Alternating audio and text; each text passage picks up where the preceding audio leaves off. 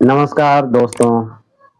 आज हम वाणिज्य से संबंधित कुछ और प्रश्नों को देखते हैं। ये सभी प्रश्न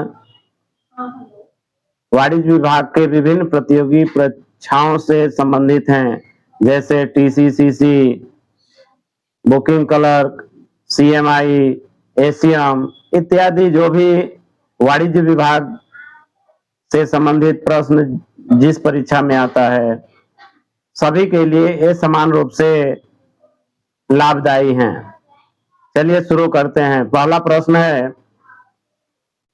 इंजन ऑन लोड में कवर्ड वैगन के लदान हेतु कितना मुफ्त समय दिया जाता है?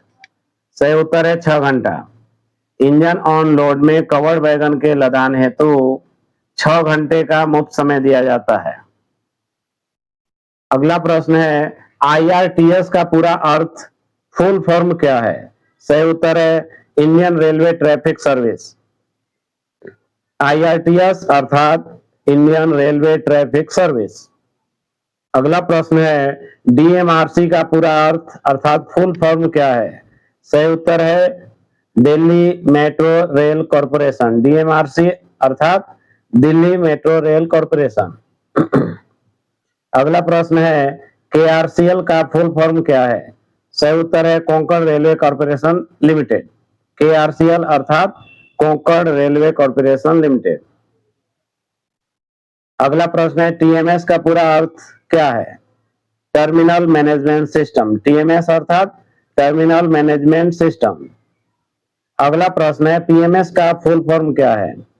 सही उत्तर है पार्सल मैनेजमेंट सिस्टम। PMS अर्थात पार्सल मैनेजमेंट सिस्टम। अगला प्रश्न है, 3AC में आरक्षण शुल्क कितना लिया जाता है?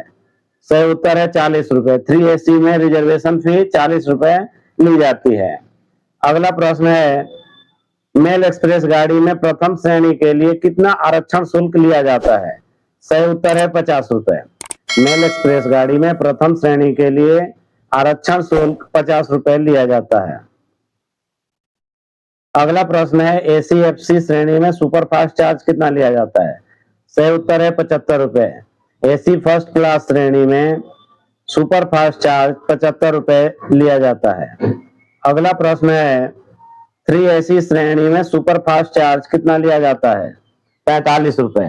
थर्ड AC में सुपरफास्ट चार्ज 45 रुपीज, 45 रुपए लिया जाता है। अगला प्रश्न है, प्रथम श्रेणी में सुपरफास्ट चार्ज कितना लिया जाता है? सही उत्तर है 45 रुपए। प्रथम श्रेणी not AC, only first class coach के लिए सुपरफास्ट चार्ज 45 रुपीज लिया जाता है।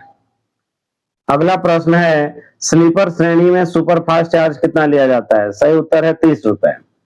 स्लीपर श्रेणी में सुपरफास्ट चार्ज 30 रुपए लिया जाता है। अगला प्रश्न है, एक बार में अधिकतम कितनी तरह की रियायतें दी जा सकती हैं? सही उत्तर है एक बार। एक बार में अधिकतम एक रियायत ही दी जा सकती है। एक से अधिक रियायत एक बार में नहीं दी जा सकती। अगला प्रश्न है, दिव्यांग को AC फर्स्ट क्लास श्रेणी में कितने प्रतिशत की रियायत दी जाती है? सही उत्तर है 50%। दिव्यांग को AC फर्स्ट क्लास में 50% छूट दी जाती है। अगला प्रश्न है, भारतीय रेल अधिनियम 1989 कब से लागू हुआ? सही उत्तर है 1 जुलाई 1990। 1 जुलाई 1990 से भारतीय रेल अधिनियम 1989 1 जुलाई 1990 से लागू हुआ।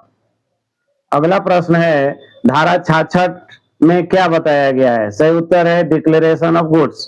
धारा 66 में अपने सामान की सही सही घोषणा करने के बारे में बताया गया है, अर्थात डिक्लेरेशन ऑफ गुड्स। अगला प्रश्न है, गार्ड प्रमाण पत्र किस धारा के अधीन जारी किया जाता है? सही उत्तर है धारा 55। गार्ड प्रमाण पत्र धारा 55 के अधीन जारी किया जाता है। अगला प्रश्न है, महिलाओं के लिए कौन सी धारा में अलग कोच व सीट का प्रावधान है? सही उत्तर है 58। महिलाओं के लिए धारा 58 में अलग कोच व सीट का प्रावधान किया गया है। अगला प्रश्न है, टिकटों के अवैध व्यापार करने के मामले में कौन सी धारा के अंतर्गत कार्यवाही की जाती है? सही उत्तर है 143। टिकटों के अवैध का व्यापार करने के मामले में धारा 143 के अंतर्गत कार्यवाही की जाती है। अगला प्रश्न है, स्टेशन पर व ट्रेन में भीख मांगने एवं सामान बेचने पर कौन सी धारा के अंतर्गत कार्यवाही की जाती है? सही उत्तर है धारा 144। स्टेशन पर व ट्रेन में भीख मांगने एवं सामान बेचने पर धारा 144 के अंतर्गत कार्यवाही की जाती है। अगला प्रश्न है, महिला कोच में पुरुष यात्री के पाए जाने पर किस धारा के अंतर्गत कार्यवाही की जाती है? सही उत्तर है धारा 162। महिला कोच में पुरुष यात्री के पाए जाने पर धारा 162 के अंतर्गत कार्यवाही की जाती है। अगला प्रश्न है, स्टेशन पर बिना अनुमति विस्फोटक सामग्री के साथ पाए जाने पर किस धारा के अंतर्गत कार्यवाही की जाती है? सही उत्तर है धारा 164।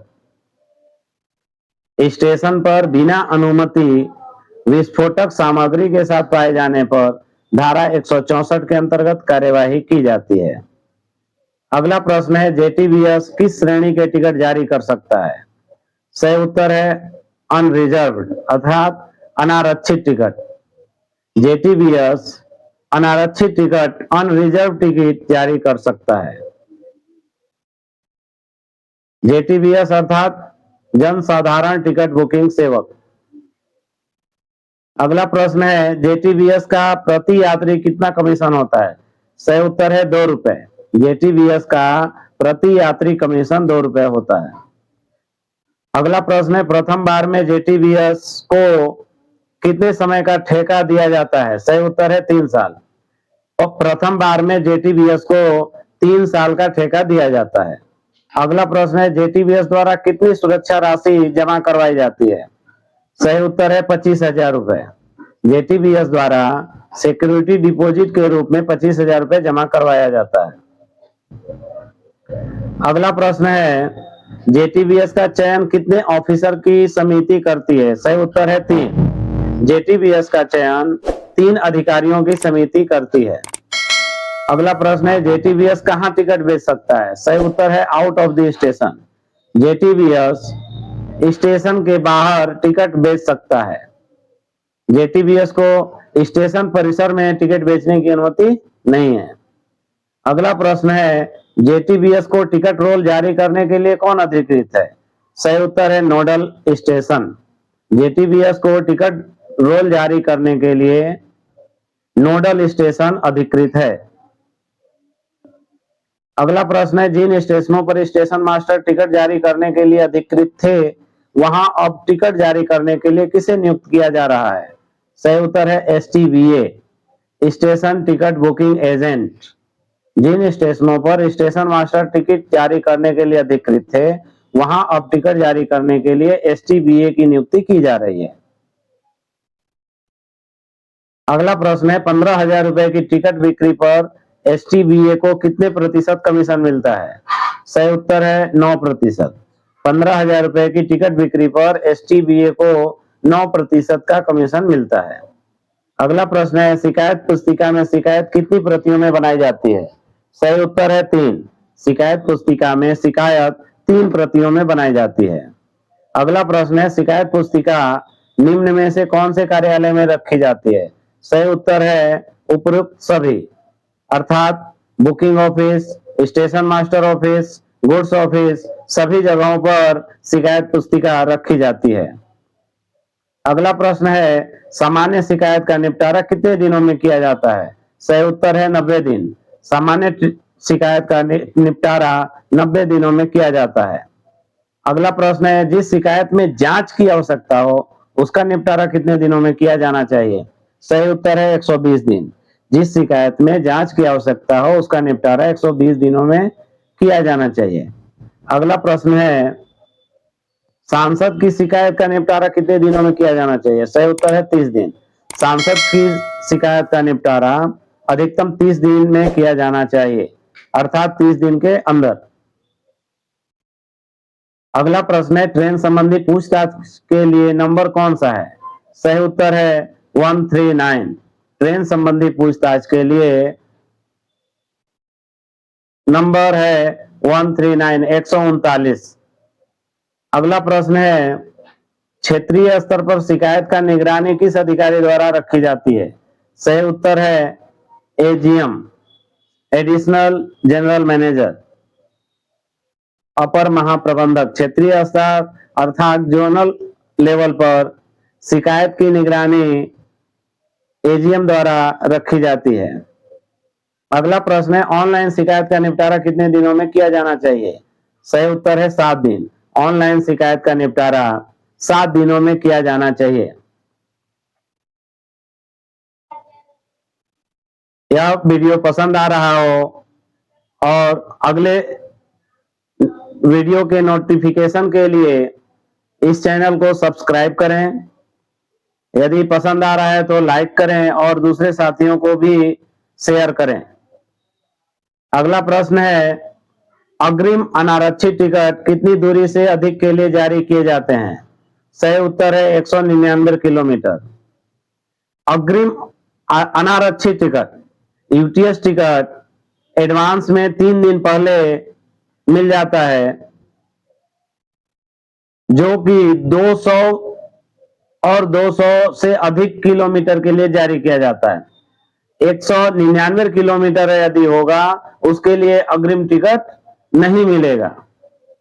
यहां पूछा जा रहा है कि अग्रिम अनारक्षित टिकट कितनी दूरी से अधिक के लिए जारी किया जाता है। तो अधिक के लिए जारी किया जाता है तो 199 किलोमीटर से अधिक के लिए अर्थात 200 अथवा 200 किलोमीटर से अधिक के लिए जारी किया जाता है। यहां सही उत्तर है 199 किलोमीटर। अगला प्रश्न है, यूटीएस टिकट का प्रति यात्री रद्दीकरण प्रभार कैंसिलेशन चार्ज कितना लगता है? सही उत्तर है 30 रुपए। यूटीएस टिकट का प्रति यात्री कैंसिलेशन चार्ज 30 रुपए है। अगला प्रश्न है, एक यूटीएस टिकट पर अधिकतम कितने यात्रियों का टिकट बना सकते हैं? सही उत्तर है 4। एक यूटीएस टिकट पर अधिकतम 4 यात्रियों का टिकट बना सकते हैं। और पीआरएस टिकट पर 6 यात्रियों का टिकट बन सकता है। वहीं तत्काल में मात्र 4 यात्रियों का टिकट बनता है। अगला प्रश्न है, ऑफलाइन यूटीएस प्रणाली पर कितने दिनों तक कार्य किया जा सकता है? सही उत्तर है 3 दिनों तक। ऑफलाइन यूटीएस प्रणाली पर 3 दिनों तक कार्य किया जा सकता है। अगला प्रश्न है, फास्ट टिकटिंग के लिए अधिकतम कितने स्टेशन स्टोर कर सकते हैं? सही उत्तर है 20, इसीलिए इसको फास्ट 20 कहा जाता है। फास्ट टिकटिंग के लिए अधिकतम 20 स्टेशन स्टोर किए जाते हैं। अगला प्रश्न है, यूटीएस सिस्टम में कोई स्टेशन उपलब्ध नहीं होने पर उसके लिए बनाए जाने वाले टिकट को क्या कहते हैं? सही उत्तर है BPT, blank paper ticket. UTS system में कोई स्टेशन उपलब्ध नहीं होने पर उसके लिए बनाए जाने वाले टिकट को बीपीटी कहते हैं, अर्थात ब्लैंक पेपर टिकट। अगला प्रश्न है, रद्द किए गए यूटीएस टिकटों को किस कार्यालय में भेजा जाता है? सही उत्तर है अकाउंट ऑफिस। रद्द किए गए यूटीएस टिकटों को अकाउंट ऑफिस में भेजा जाता है। अगला प्रश्न है, विशेष कोच बुकिंग के लिए आवेदन कितने दिन पहले दिया जाना चाहिए? सही उत्तर है 30 दिन। विशेष कोच बुकिंग के लिए आवेदन 30 दिन पहले दिया जाना चाहिए। अगला प्रश्न है, विशेष कोच बुकिंग के लिए आवेदन किसे दिया जाता है? सही उत्तर है आईआरसीटीसी को। विशेष कोच की बुकिंग के लिए आवेदन आईआरसीटीसी को दिया जाता है। अगला प्रश्न है, विशेष कोच बुकिंग हेतु सभी यात्रियों का कितना किराया लिया जाता है? सही उत्तर है पूरा। स्पेशल कोच बुकिंग में सभी यात्रियों का पूरा किराया लिया जाता है, चाहे वह बच्चा हो, बूढ़ा हो, महिला हो या पुरुष हो या दिव्यांग हो, किसी प्रकार की छूट की अनुमति नहीं है। सभी के लिए फुल फेयर चार्ज किया जाता है। विशेष कोच की बुकिंग हेतु सभी यात्रियों का पूरा किराया लिया जाता है।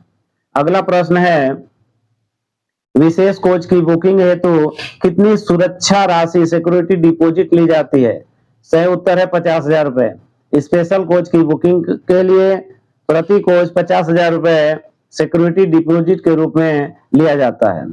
अगला प्रश्न है, विशेष ट्रेन बुकिंग में कम से कम कितने कोच का किराया लिया जाता है? सही उत्तर है 18। विशेष कोच की बुकिंग के लिए कम से कम 18 कोच का किराया लिया जाता है। इस वीडियो को धैर्यपूर्वक सुनने के लिए और देखने के लिए आप सभी का बहुत बहुत धन्यवाद। यदि वीडियो पसंद आ रहा हो तो लाइक करें, चैनल पर पहली बार आए हों तो कृपया सब्सक्राइब करें और अपने साथियों को शेयर करें। धन्यवाद।